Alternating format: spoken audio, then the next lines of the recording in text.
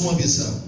Depois de terem passado da primeira e a segunda sentinela, chegaram ao portão de ferro que dava para a cidade, o qual se abriu automaticamente, e saindo, enveredaram por uma rua, e logo diante o anjo se apartou dele. Então Pedro, caindo em si, disse: agora sei que verdadeiramente que o Senhor enviou o seu anjo e me livrou da mão de Herodes, de toda a expectativa do povo judaico. Considerando ele a sua situação, resolveu ir à casa de Maria, mãe de João, cognado Marcos, onde muitas pessoas estavam congregadas e oravam. Quando ele bateu ao poste do portão, veio uma criada chamada Rode ver quem era, e reconhecendo a voz de Pedro, tão se alegrou que nem fez entrar, mas voltou correndo para anunciar que Pedro estava junto ao portão. E disseram: está louca. Ela, porém, persistia e afirmava que assim era. Então disse, aleluia, então disseram: é o seu anjo. Entretanto, Pedro continuava batendo. Então lhe abriram e vieram, e só ficaram atônitos. Porém, fazendo-lhe sinais com as mãos para que se calasse, contou-lhes que o Senhor tirara da prisão. Acrescentou: e anunciaste isto a Tiago e aos irmãos? E saindo, retirou-se para outro lugar. Amém? Senta rapidamente, glorifica o nome do Senhor. Eu não vou tardar, amém? Porque a hora já está perto. Você pode glorificar bem forte, exaltando o nome do Senhor. Mais forte que é para o Senhor, Ele merece toda a honra e toda a glória. Deus abençoe o Senhor. A mensagem a qual nós temos e a mensagem que o Senhor colocou no meu coração a esta tarde. Eu perguntava ao Senhor qual é a mensagem que o Senhor tinha endereçado a esta igreja nessa noite. E o Senhor me falava mais uma vez acerca de Pedro. É bem notório que eu tenho mencionado em muitos dos cultos a força que Pedro tinha em sua oração, e o chamado que Pedro exercia também dentro da casa de Deus. A Bíblia diz que Pedro estava pescando à beira de um lago, e o Senhor chega. No momento em que eles abordavam a praia, a pesca tinha sido mal sucedida. O Senhor entra no barco, faz a sua missão, a sua mensagem, e Ele ordena aos pescadores que novamente vá com Ele pescar. Só que a pesca, que a madrugada toda não teve sucesso, diante a voz do Senhor, foi uma pesca maravilhosa. O Senhor menciona uma palavra a Pedro: a partir de hoje você será pescador de almas. Venha diante a mim e congregue e faça menção ao meu nome. O ministério de Pedro começa daí em diante. É notório que Jesus também já havia proferido um milagre na casa da sogra de Pedro. Uma mulher terrivelmente enferma recebe uma menção de palavra de cura e se vê curada da sua enfermidade. A Bíblia vai dizer que Pedro se dedicou ao extremo ao ministério de Cristo Jesus, que até mesmo quando Jesus anuncia a sua morte, Pedro se ira e é repreendido pelo Senhor. O Senhor faz uma seguinte menção ao nome de Pedro: que Pedro tem o significado de rocha, e que sobre a rocha o Senhor edificaria a porta da igreja, e contra ela o inferno não prosperaria. Mas adiante Pedro vai entender a menção que o Senhor faz a ele, porque quando o nosso mestre Jesus é crucificado, quando Pedro nega o Senhor por 3 vezes, o coração de Pedro está terrivelmente angustiado, está terrivelmente abatido, e Pedro quer distância da menção do nome do Senhor. A Bíblia diz que o salário do pecado é morte, e toda vez que pecamos, algo em nós morre. Quer ver? No primórdio da história, quando Adão e Eva pecam no paraíso, quando o Senhor, como era de costume, vem chamar por eles, ele se esconde. Quando o crente peca na presença do Senhor, ele quer se esconder, ele rejeita a oportunidade, ele rejeita fazer algo na casa do Senhor. Pedro também sentia esta vergonha, mas quando o nosso mestre Jesus ressuscita dentre os mortos, ele vai ter um encontro com Pedro, e no seu encontro com Pedro, ele vai dizer: Pedro, apacenta as minhas ovelhas. O ministério de Pedro é diferente dos outros discípulos, porque após a crucificação, após a ressurreição de Cristo Jesus, Pedro é o primeiro missionário da igreja.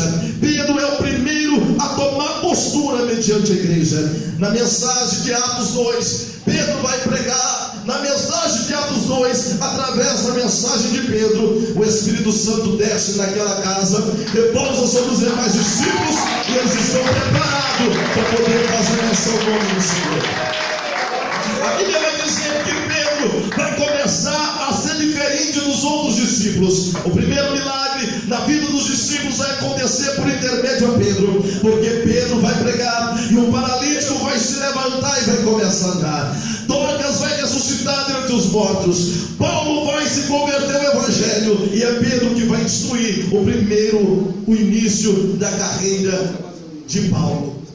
Pedro vai passar por inúmeras dificuldades, por inúmeros problemas. A Bíblia vai dizer que Pedro também começa a passar uma terrível ameaça, e esta ameaça era a ameaça de morte. Nós vamos conhecer os primeiros mártires da igreja, e um desses mártires é Tiago. A Bíblia diz, aleluia, que Pedro, aleluia, quando recebe também a menção da sua morte, a Bíblia diz que Pedro, aleluia, fica espantado com a maneira que ele vai morrer. A Bíblia diz que Pedro vai ser crucificado, mas Pedro não quer ser crucificado como o Senhor foi.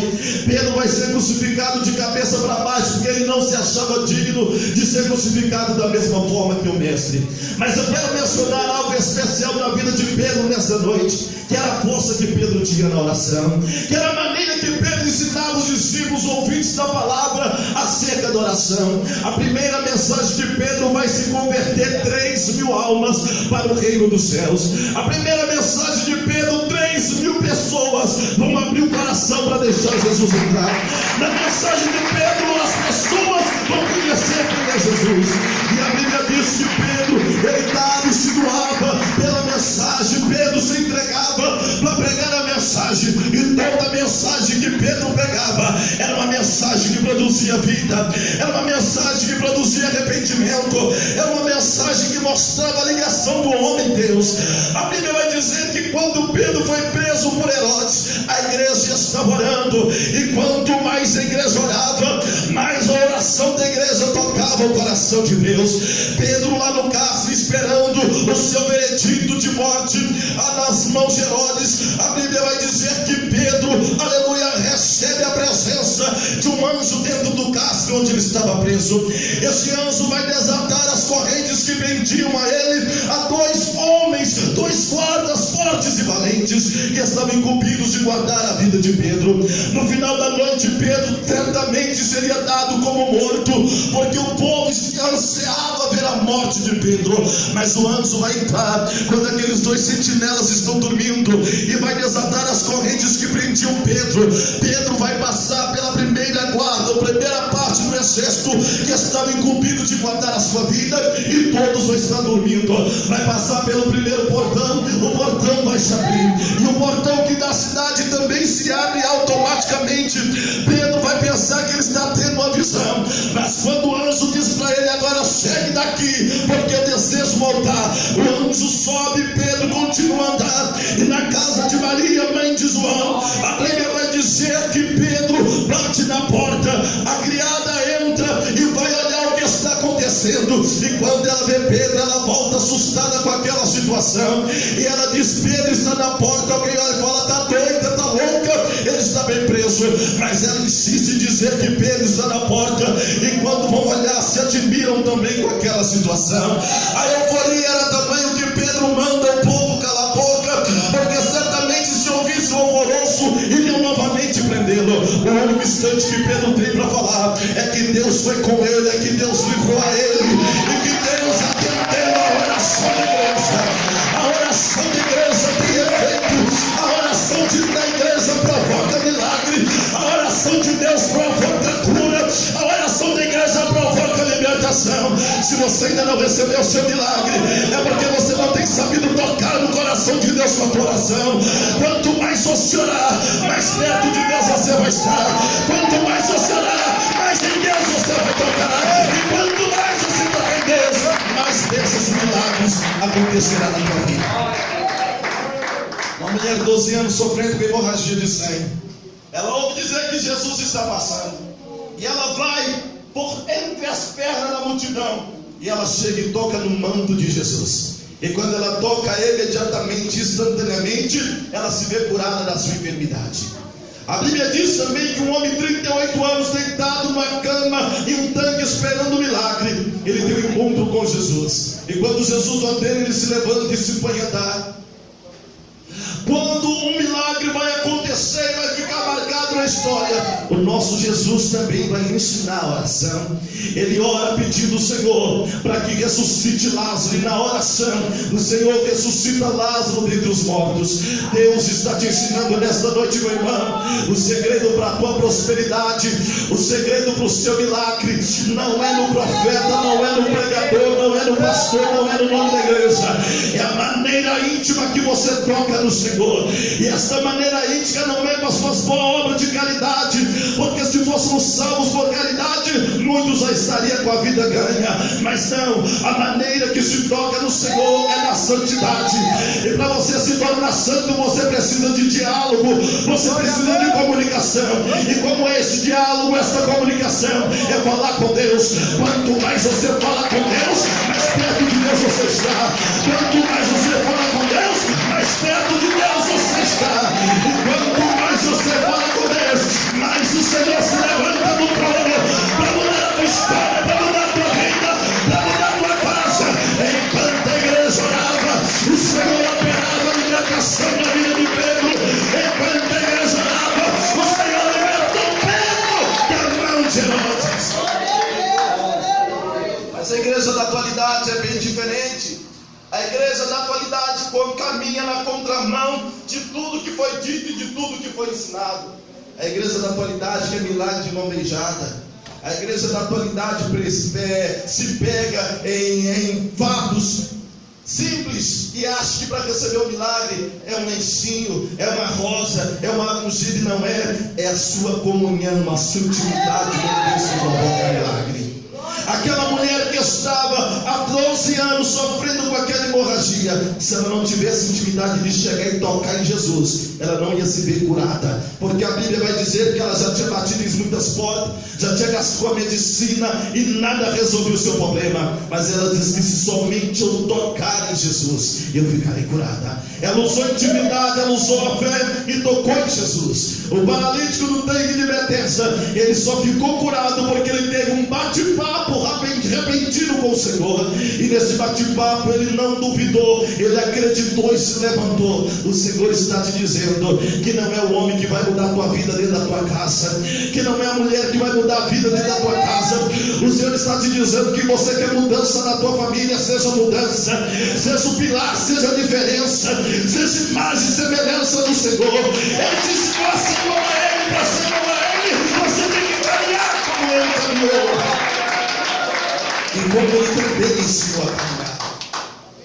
Eu queria falar mais sobre Pedro, porque a vida de Pedro é linda. A morte de Pedro é mais linda ainda. Como você vai dizer, pregador, que a morte de Pedro é linda? Por quê?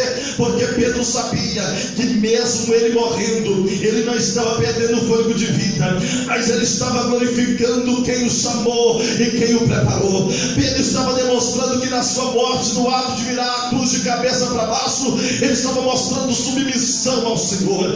Pedro estava demonstrando que ele havia também, como Paulo, lutado o bom combate, encerrado a carreira e guardado a fé. Hoje, quando alguém morre, está sempre escrito em uma face nos velórios: lutou um bom combate, encerrou a carreira e guardou a fé. Será que lutou um bom combate? Às vezes a pessoa não tinha comunhão com o Senhor, a vida era uma vida de destruição, e a pessoa vai ousar dizer que a pessoa havia lutado um bom combate. Para lutar um bom combate, você tem que saber que no meio da dificuldade você vai triunfar, que no meio da provação você vai triunfar, que mesmo que a adversidade da vida contribui para a sua decepção, você sabe que Deus pode mudar o quadro da história. Deus está te dizendo, meu irmão, que para você, aleluia, receber segredo de prosperidade, receber segredo de cura, segredo de libertação, é na intimidade com Ele que vai haver a diferença. Glória a Deus. Glória a Deus. Enquanto a igreja orava, o Senhor estava operando na vida de Pedro a libertação. E sabe, naquela noite Pedro parou e olhou e disse: é meu último dia, está tudo perdido, tudo acabado. Mas havia uma igreja que amava Pedro, E Pedro, como pastor, ele é querido pelas suas ovelhas. A igreja não era como a igreja da atualidade. Os cristãos não tinham o livre acesso à mensagem. Os cristãos não tinham essa liberdade de porta aberta. Se orava, era no alto dos montes, ou à tarde das noites, dentro de casa, fechada e escondida, dentro de porão. Mas o desejo de conhecer Cristo, de estar ligado a Cristo, ligado a Deus, era também que ele sempre tinha a oportunidade de se reunir para orar. E quando estava orando, por muitas das vezes, muitos deles foram pegos de surpresa e tiveram a sua morte decretada. Pais tinham seus filhos sendo decapitados, famílias eram levadas aos coliseus, colocados como entretenimento, morriam de joelhos glorificando a Deus, e ninguém entendia o porquê. E eu quero te ensinar o porquê. Porque a igreja primitiva, a igreja de Cristo, a verdadeira igreja de Cristo, sabia que mesmo na provação ela estava com Deus e Deus estava com ela, que mesmo na hora da morte Deus estava com eles. E se certamente a carne padecesse na terra, o Espírito se renovava no céu, porque chegaram glorificando e doidos para conhecer o Senhor. Lucas vai escrever o livro de Atos, e Lucas vai mencionar a morte também de Estevão. Estevão vai morrer sendo apedrejado. E a Bíblia diz, os historiadores dizem que ninguém entendia o que Estevão queria dizer. Porque quando ele estava sendo apedrejado, ele dizia: olhe, estou vendo os céus abertos. Mas todo mundo olhava para o céu e nada via. Mas a visão de Pedro estava tão ligada no Senhor, porque ele tinha uma vida de oração, uma vida de comunhão com o Senhor, que o homem só enxerga a coisa carnal. Mas o homem transformado, que deixa de ser criatura para ser filho, ele mesmo no meio do problema, ele encontra a luz que brilha no fim do túnel. E essa luz não é uma luz qualquer, não é como a luz do sol, não é como a luz da lâmpada, mas é a luz que vai brilhar eternamente. Mesmo Pedro vendo e sentindo a ameaça de morte, mesmo Estevão também vendo e sentindo a ameaça de morte, eles viam o Senhor, eles viam a Deus, eles viam a oportunidade, eles viam a presença de Deus com ele. Tem pessoas que estão aqui no nosso meio nesta noite, que já não sentem mais a presença do Espírito. Tem pessoas aqui no nosso meio que não sabem o que é sentir Deus. Tem pessoas aqui no nosso meio que caminhou tanto tempo e até hoje não encontrou o Senhor. Mas Ele está te dizendo que se hoje mais uma vez você se propor a ser como a igreja que orava, a se colocar na oração, na comunhão, na intimidade com Ele, Ele vai abrir a tua visão. E aonde te derrota, prepara que Deus está trazendo o vento da vitória. Aonde tem destruição, prepara que Deus está trazendo o vento da edificação. Muitos aqui já ouviram uma mensagem de Ageu, capítulo 2, verso 9, se não me falha a memória. A glória da segunda casa será maior que a da primeira. A glória da segunda casa. A casa do Senhor estava destruída, o templo estava destruído, o povo estava acomodado. O Senhor chama todos para trabalharem, e quando eles se dispõem a trabalhar, o Senhor faz para ele uma promessa que a glória seria ainda maior. E quando o templo estava pronto, estava reconstruído, a glória do Senhor encheu de tamanha forma o templo, que ninguém entendia por que a luz brilhava tanto, por que a presença era tanta, que os próprios sacerdotes, os profetas caíram sobre o teu rosto. Tem pessoas aqui no nosso meio que oravam tanto às madrugadas, que suava o lugar que estava molhado como tinha água, mas quando abria a boca sentia algo diferente, sentia uma presença gostosa, e hoje, por causa do comodismo, já não mais sente. Tem pessoas que estão aqui hoje, nessa noite, que outrora oravam tanto, que você via a resposta, via Deus falando com você, você entendia que Deus estava falando, mas a igreja perdeu o costume da oração. E a geração que está vindo está pecando, está voltando o hábito da oração, porque querem mais louvor do que oração, querem mais festa do que oração, querem mais vaidade do que oração, querem mais, aleluia, evento do que oração. Uma igreja forte e valente é uma igreja que tem oração. Você olha para ela e vê o milagre dela, você olha para o crente que entra nela e vê a diferença dele, você olha para o jovem que entra nela e vê a diferença dele. Assim era a igreja primitiva. O crente não precisava nem querer esconder Porque o jeito dele andar, o jeito dele falar, o jeito dele vestir, todo mundo conhecia. É um deles, é seguidor de Cristo. Mas hoje está se perdendo o hábito. A pessoa pode estar trajada, você olha para ela e não vê mais a imagem de Cristo. Você olha para ela e já não vê mais o semblante de Cristo, porque a intimidade se perdeu, o fervor se perdeu, a hipocrisia entrou na igreja de certa forma, que se o pregador não tem dom de revelação, ele não é batizado com o Espírito Santo. Veja bem, ser batizado com o Espírito Santo não é jogar banco para cima, não é gritar, não é pular, é ser sensível ao tocar de Deus, é falar e o pós cantir, é falar em nome de Deus, e nada vai acontecer em nome de Deus. Deus está com saudade da igreja que ora, Deus está com saudade do homem que ora, Deus está com saudade da mulher que ora, Deus está com saudade da juventude que ora. Quero ver nessa juventude, Deus promete trazer vitória, trazer milagre, trazer libertação. Se o Senhor operava no passado, é porque a igreja do passado andava em santidade e oração. E se ele não opera no dia de hoje, o problema não está na igreja, está naqueles que representam a igreja. Porque os que representavam a igreja no passado se colocaram e se dispuseram a fazer a diferença.